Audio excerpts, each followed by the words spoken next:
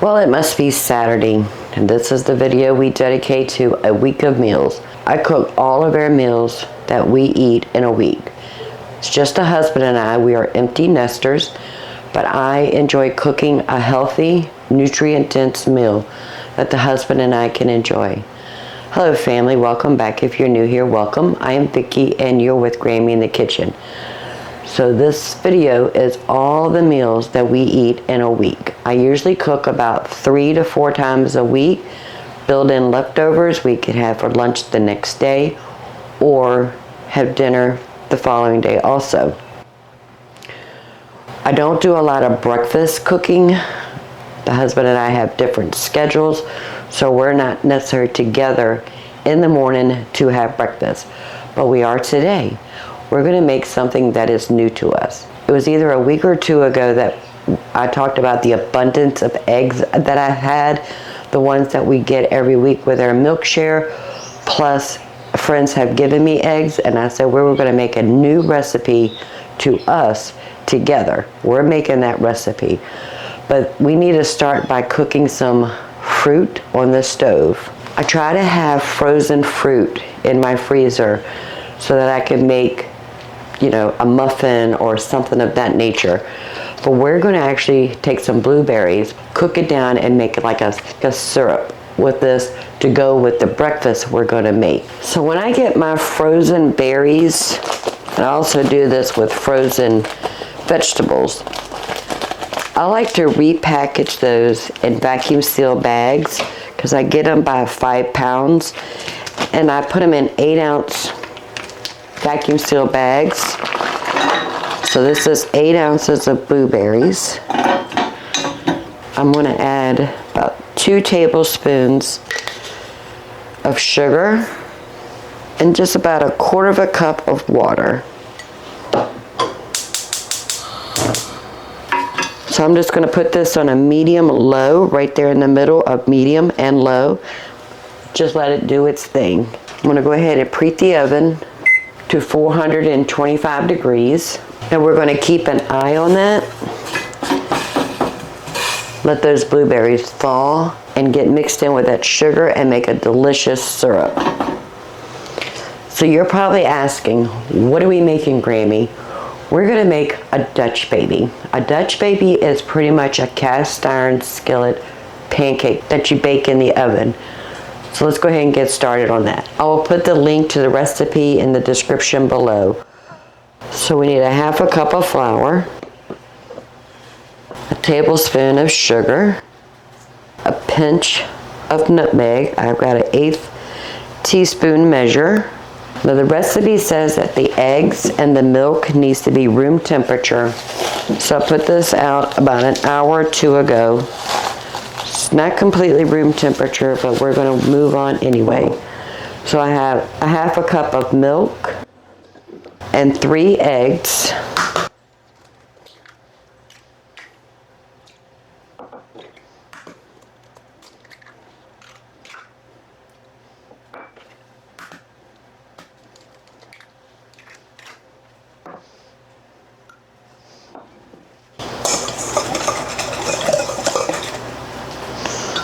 Let's whisk that together.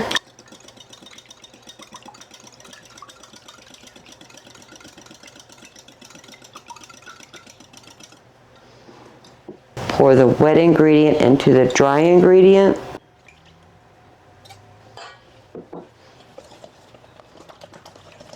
Mix that really well together.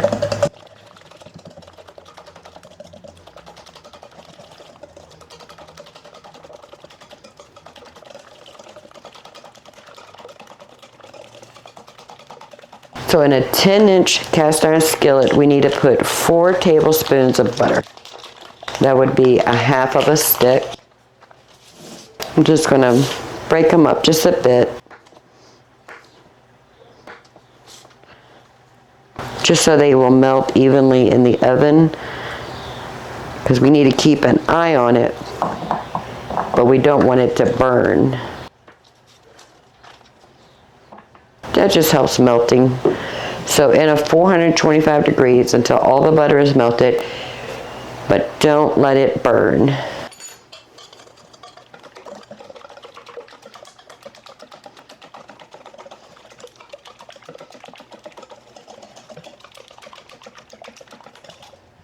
The butter has melted.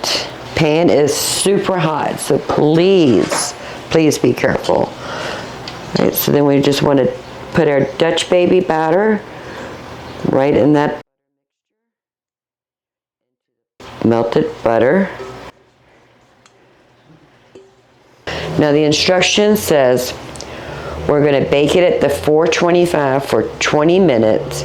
Then we're going to lower the temperature to 300 and bake for 5 minutes. So in the 425 degree oven for 20 minutes. I do have it on a pizza pan. That way if it does bake over, it won't get in the oven. But we're going to leave it in there for 25 minutes. And our blueberries are coming to a boil. We're going to wait until they get reduced into a syrup-like consistency, and some of those blueberries will be smashed up. It's coming along, family. I want you to see this. Look at it puffing up on the sides. We are only 7 minutes into this cooking. Oh, family, it is gorgeous. Time is up. We're going to reduce it to 300 degrees. Set the timer for 5 minutes. But I want to show you something, family. Look how crazy that thing looks. Oh my goodness. And the blueberries have cooked down and reduced. And in 5 minutes we get to have breakfast. I'm so excited. Can't wait till the husband tastes it and let me know what he thinks. Because cooking a Dutch baby will be easier than flipping pancakes. It's pretty much the same thing. Little looser in the batter, but it's a pancake that you bake. So if you have a large family, you can actually put 2 or 3 of these in the oven, easy, and everybody gets pancakes at the same time. You're not flipping, plating to feed your family. Throw it in the oven. When it comes out, everybody gets to eat at the same time. Look how beautiful that is. I'm so excited. All right, it looks done to me. Let's go ahead and remove it from this pan as best as we can.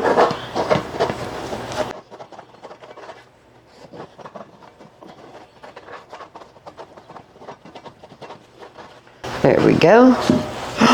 Look at that, it's gorgeous. And our blueberries.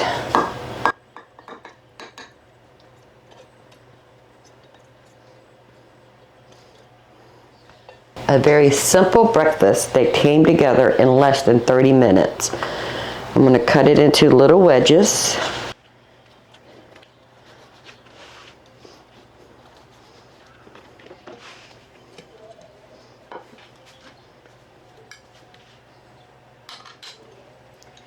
Let's put some blueberries right on the top.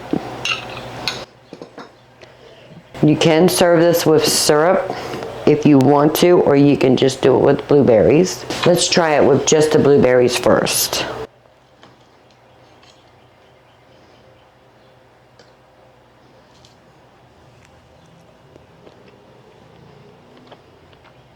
It's not really like a pancake flavor. It's more of like a custard.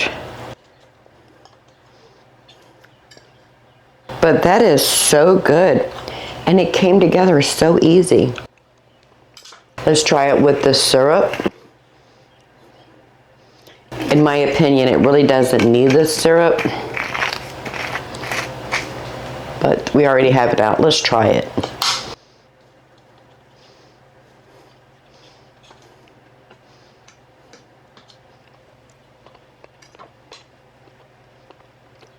It's good with the syrup, but it's not necessary. So that's what we're having for breakfast today. So let me call the husband in here. We're going to go ahead and sit down and eat our breakfast. And we do have to cook dinner this evening. So I'll bring you right back when we're ready to cook dinner. But I would definitely make this again. Now it's time to cook dinner. So we're going to have some fried chicken thighs. The ones that we got kind of on sale last month or the beginning of this month. I'm not sure when it was, that we deboned and de-skinned ourselves to save some money. We're going to make mashed potatoes. We're going to make a gravy. And plus we're going to make cornbread. We're going to use our home cornbread mix that we made together with powdered milk, and all we have to do is add the water, the butter, and the honey. So let's go ahead and get started.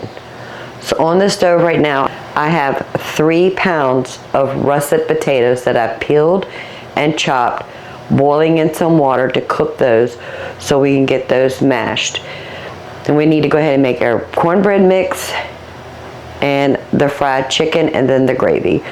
First we need to preheat the oven to 350 degrees. We need a 1/3 cup of butter. So I'm just using the markings on this paper. I am going to cut it up into smaller pieces just so it melts a little faster. We're going to put that in the 350 degree oven until the butter melts. We have the kitchen scale set on grams, and we need 475 grams of our home cornbread mix. This has everything in it except for the wet ingredients.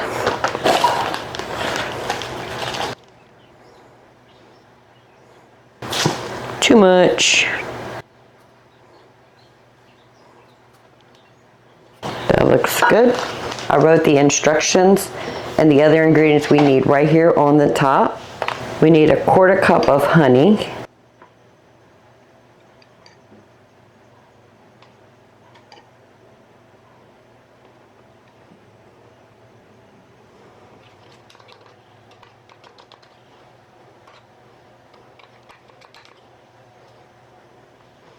We need 1 egg.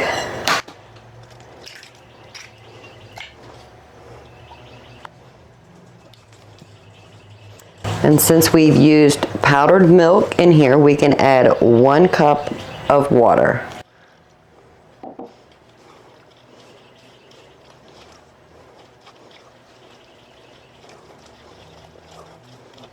Get everything mixed together. Oh, Grammy. You know, we love making a mess in this kitchen.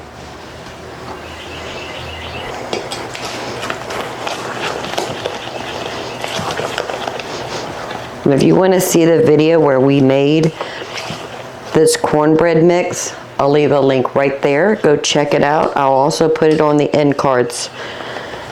So at the end of the video, you can just click on that video to find the cornbread recipe. The butter has melted. I do want to put a little bit in here. Mix that in.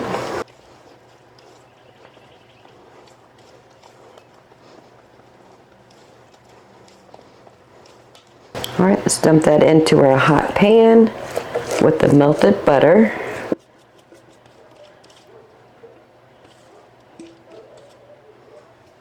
And we're going to put this in at 350 degrees until putting a toothpick in it comes out dry. I'll let you know how long that takes. The potatoes are done. I just drained all the water off. You want to make sure they're super, super soft, and a fork will mash them. So I have a 1/3 cup of butter that I cut up into chunks going in. And then we're just going to let that sit until we're ready to mash them. So now we're going to go ahead and make the batter for the chicken. So I have an egg. I'm going to add about a 1/4 cup of water. That's it for the wet ingredients. The dry ingredients, we're going to do about 3/4 cups of flour. I think that would be enough for 4 chicken thighs. We're going to add about a 1/4 cup of cornstarch. I am eyeballing it. That looks good. And of course some salt and pepper.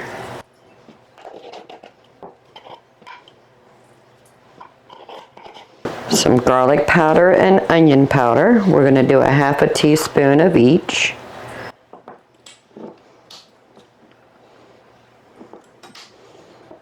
Now this is where you can get creatives on your herbs. You can put whatever you like in your dry batter. I love anything Italian. So I'm going to add a teaspoon of oregano and a teaspoon of basil. We'll mix all that together. Make sure that cornstarch, the flour, and all those spices and herbs get mixed in really well. All right, that looks good. Let's go ahead and get our pan ready with some oil.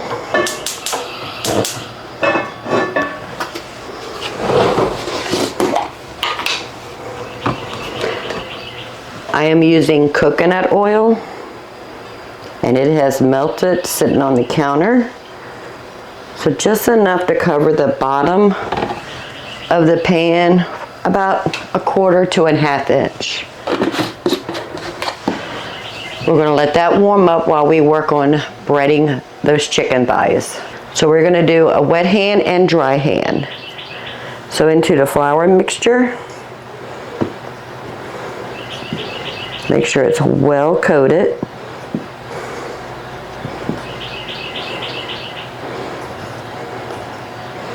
And into the egg mixture.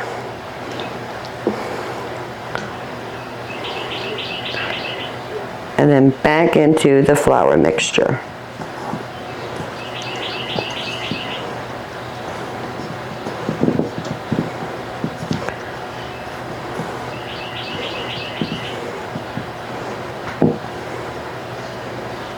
All right, let's repeat the process until all 4 pieces have been floured, egged, and flour again while that oil is heating. Last piece.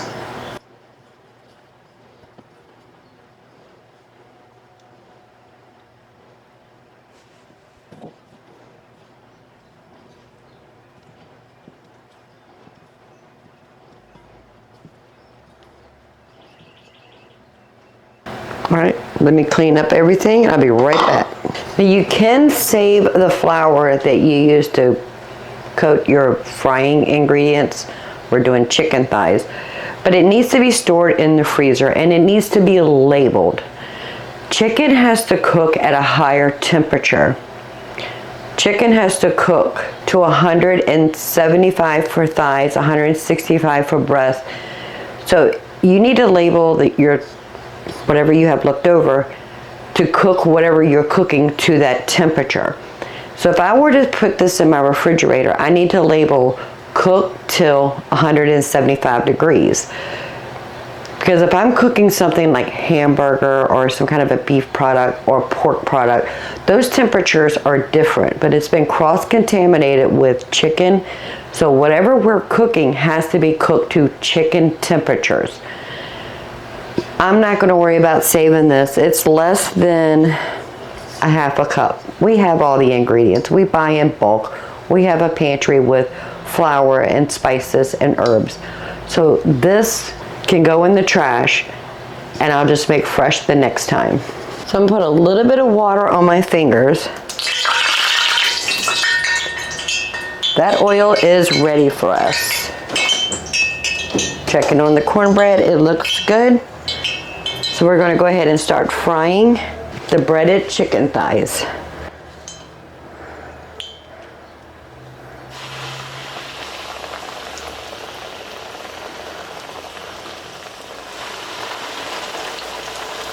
I want to turn the temperature down just a bit to a medium low. We're going to do 2 at a time.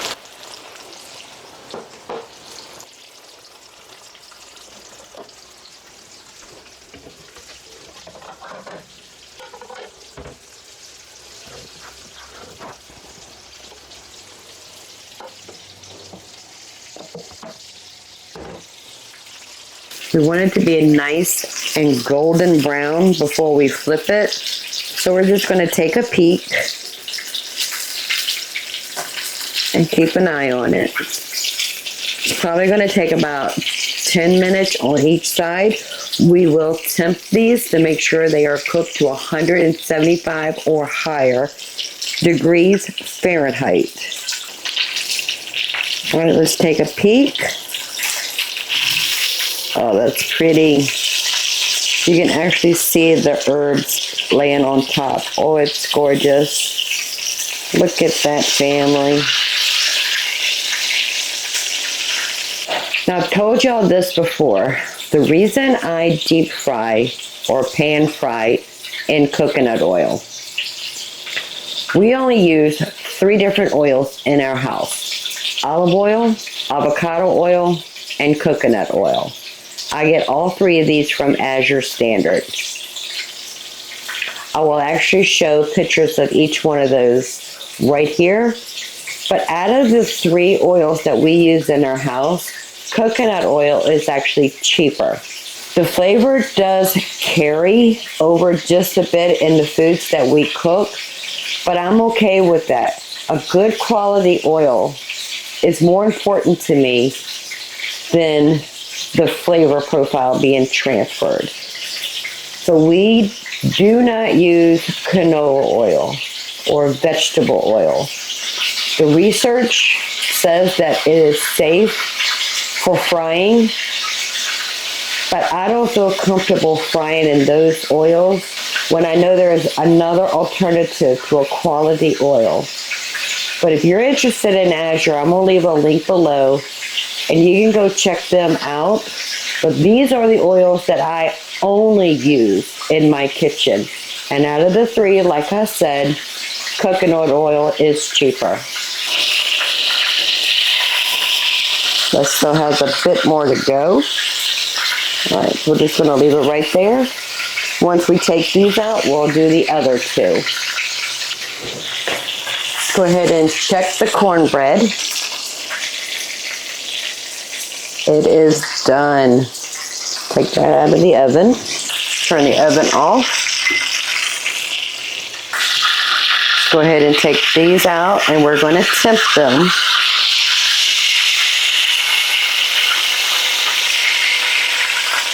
And we can go ahead and get started on the other 2.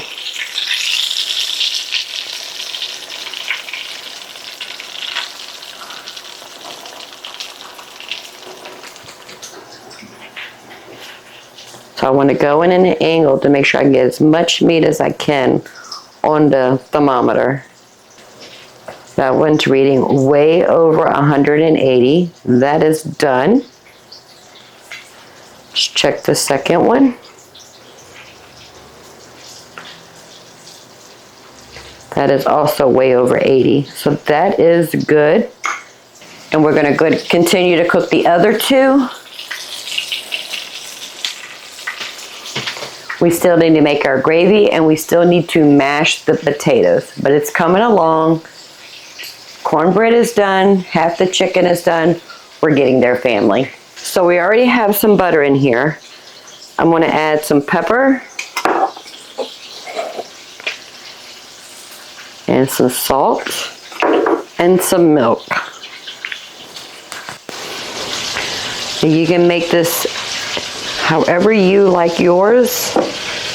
Thin, thick, chunky, smooth.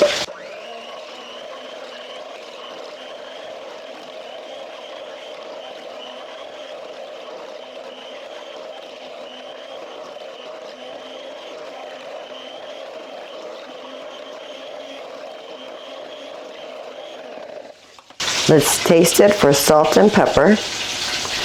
I think it needs a lot of salt and pepper, and I think it needs more butter. So we started off with 1/3 of a cup. I'm gonna go ahead and add those 2, and that'll give us a 1/2 cup. So that will be a total of 1 stick of butter.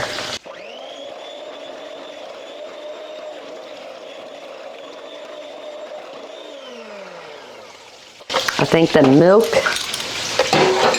is good. It's at the consistency we like.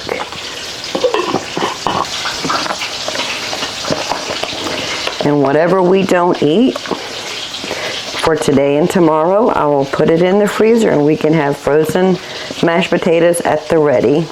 All right, that is perfect.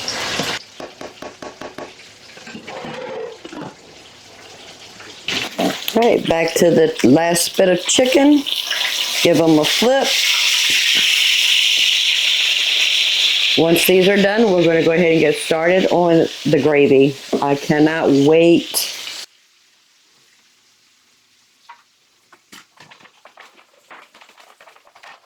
So I took out the last 2 chickens. I dumped the oil from here into a jar. But I do want to clean this pan up just a bit to get that flour bits off. Doesn't have to be completely clean. We're going to start with a little bit more than a tablespoon of butter. That's probably about a tablespoon and a half. Let's turn the stove on.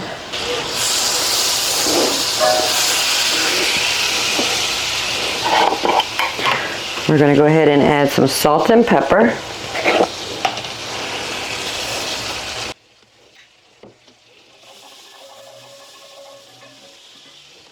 Equal fats to flour, so we're going to put about a tablespoon and a half of flour.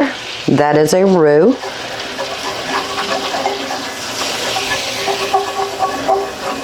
Just cook that for about a minute to remove the flour taste. Do not want to overcook it because then it will lose its thickening agent. That is all we want to do. We're going to add about a cup of chicken stock. This is a home canned chicken stock, but you can use store-bought if that's all you have.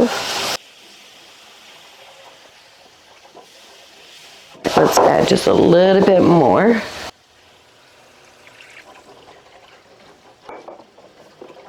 And we're going to add about a cup of heavy cream.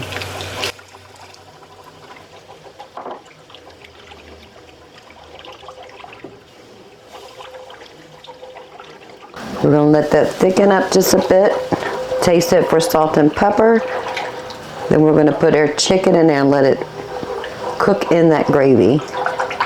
Homemade gravy is so simple, family. Oh, that is so good. You can taste that chicken stock. You can taste that cream. Yummy. Now, if you're wondering why my heavy cream looks more yellow, it is not a store-bought heavy cream. I actually get my milk from a local farm in a herd share. I get a gallon every week, and I usually get about a pint or more heavy cream from that local cow, from that local milk. And it is the yellowest, beautiful heavy cream I have ever seen, and the taste is delicious. Spot on. And I just keep the heavy cream in the freezer until I'm ready for it, and I'll take it out of the freezer, put it in the refrigerator, and within 12 to 18 hours it has thawed and I can use it. Let's go ahead and put our chicken right back in here. Look at that, family. Oh, that's so gorgeous. I'm going to turn it down to a medium-low. I'm going to use the stock pot lid just to cover it. It does have vent holes on either side of this lid, plus it has a hole right here. So we're going to let that simmer for about 30 minutes, just so all the flavors can mellow out together with the gravy and the breaded chicken. The chicken is done. It's above 175 degrees, but we just want to get everything mixed together. Potatoes are done, cornbread's done. In less than 30 more minutes, we will have dinner. And as for the leftover heavy cream, I've got plans for this later on this week. And there's our mashed potatoes. I know that's a lot for 2 people, but we love having mashed potatoes in our freezer. So whatever we don't eat today and tomorrow, will go into the freezer in little mounds, and the next time we need potatoes, they're ready for us.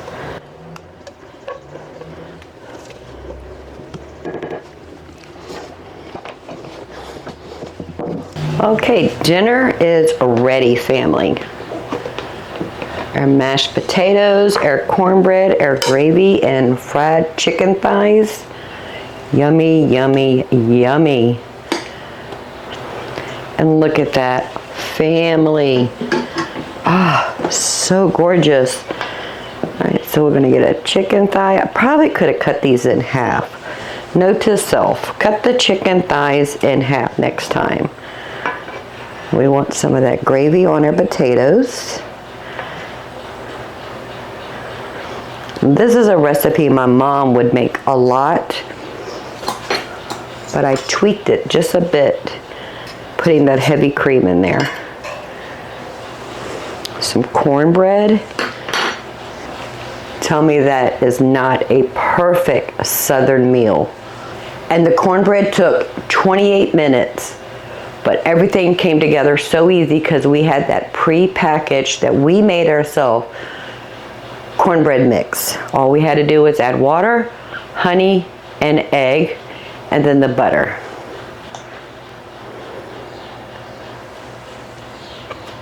It is so delicious, sweet, moist.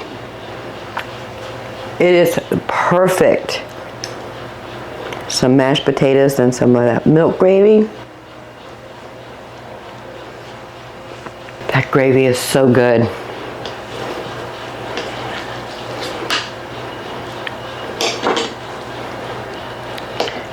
And fried chicken thighs.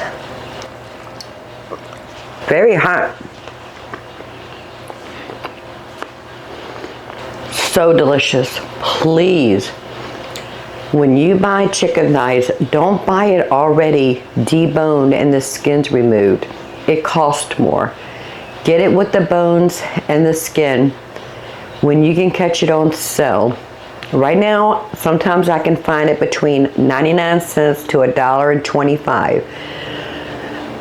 But to get it deboned and de-skinned is almost $4 a pound. And we save those bones to make a homemade chicken stock. If you don't can, or if you're intimidated with the pressure canner, you can put them in quart-sized freezer bags and put it in your freezer. You just have to think ahead to take it out of the freezer, let it thaw in the refrigerator until you're ready to use it. It does take some forethought in that. But if you've never canned before, I have videos on how to can and how to make and can homemade bone broth. It is so simple. And today's technology, the canners are safer than they've ever been before. Please, please, think about it. Get you the equipment you need and start canning at home. Our chicken stock has no additives in it.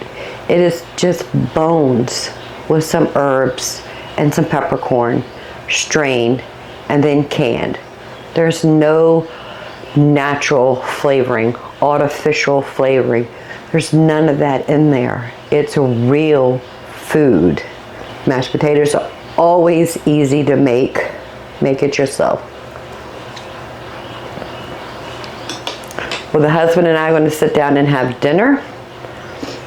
I can't wait to bring you back into the kitchen and we make another delicious meal together. So today's dinner is going to come together super fast. We're making fettuccine alfredo with chicken,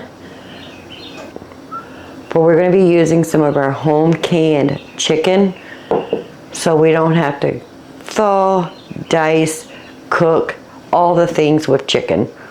We're cheating today. We're going to use canned chicken. But I do need to grate some Parmesan cheese. I know, family, we should have done this with the KitchenAid, but we've been doing it wedge at a time. All right, so let me get this grated. I do have 10 ounces of fettuccine on the stove coming to a boil. To cook that, but the sauce is going to come together super fast.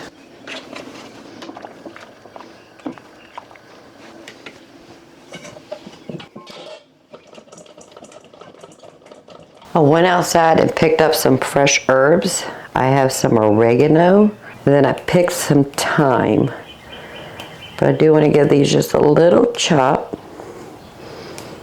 Remove all the leaves. It's like, why not? We have the fresh herbs. We're going to use fresh herbs. I don't have basil yet, so we can't pick any basil, but that's okay. We'll pick what we have. Oregano and thyme are herbs that you don't have to plant every year.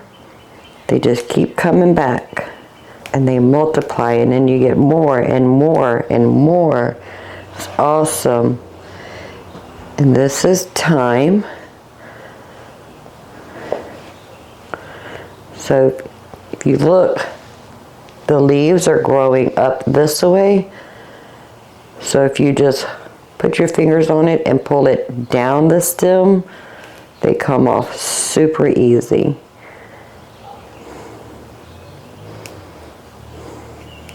If you get a little stem in it, it's okay.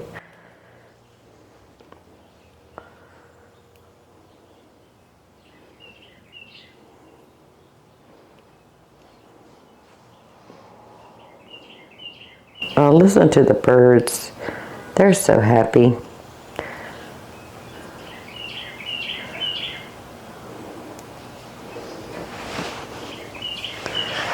And I do want to run my knife through it just a bit, just to chop everything up into small pieces.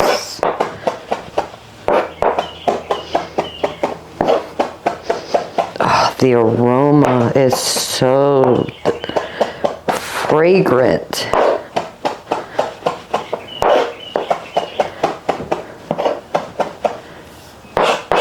So when you're chopping herbs, you put the tip of the knife down, put your finger on that, on the blunt end, and then you just rock it back and forth.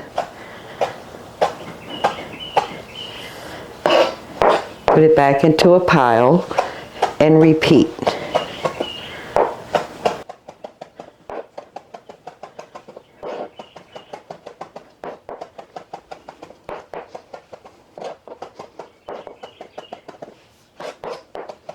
Fresh herbs you don't need a lot because it's more potent than dry herbs.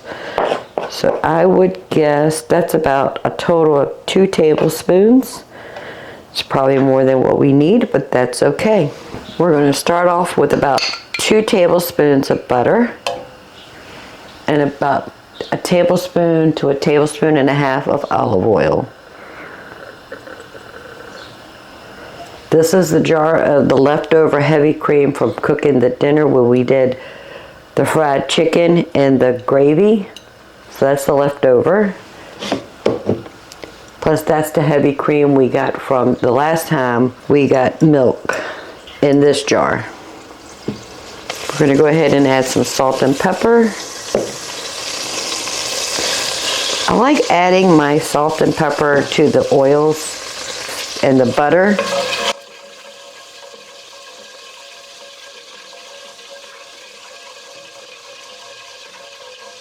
That way the flavor is getting everywhere.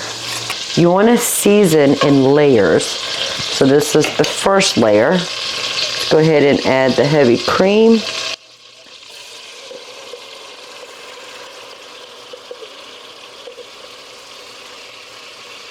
We don't need to add flour. We don't need to make a roux when you're making Alfredo sauce.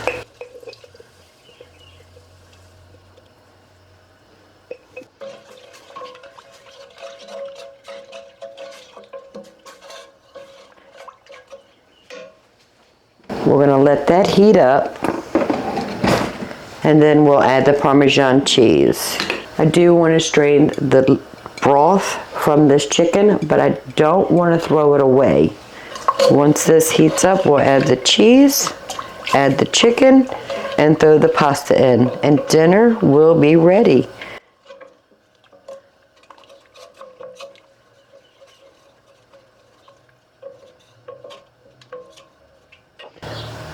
So this is one of our wedges of cheese that we just grated. I'm gonna put half of this. So I'm gonna put about a cup in here. Let all that cheese melt. And the cheese is what's going to thicken our sauce, plus the starch from the pasta. Turn it to a medium-low. Once that cheese melts, we'll taste it, see if it needs any more salt or pepper. I don't think it needs anything. We're going to go ahead and add our fresh herbs.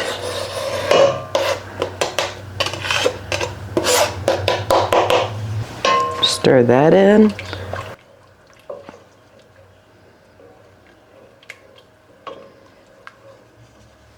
Let's go ahead and add the canned chicken.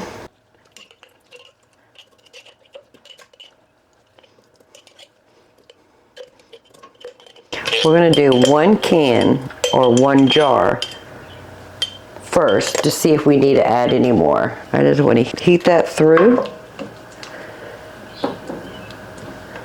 No, I think 1 jar is going to be enough. And it came together so fast. We're going to put in the pasta. This was 10 ounces of cooked, strained pasta. And it's fettuccine. Get that all stirred in.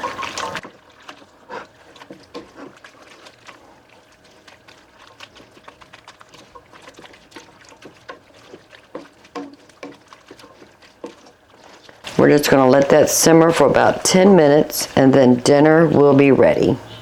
It is done and it came together super fast. Look at that, family.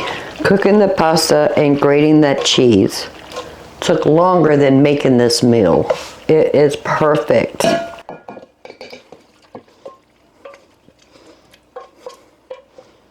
I do want to get all that goodness out of this pan.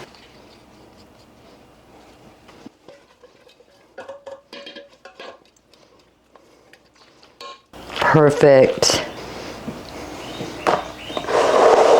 All right, let's go ahead and scoop up some of this deliciousness.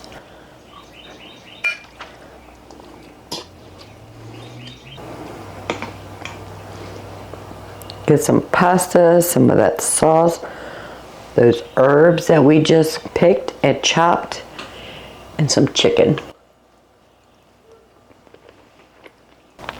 So delicious. When we have the ingredients in our house, we have canned chicken. We always have pasta. We always have heavy cream where we get from our local herd share. Keep that in the freezer. We take it out of the freezer, put it in the refrigerator, let it thaw, and then we can make a sauce. This came together faster because it was heavy cream that we just had in the refrigerator from the last meal, plus a little bit from when we got our milk the last time. Family. So good. That's what we're having for dinner. I'll see you the next time we get in this kitchen.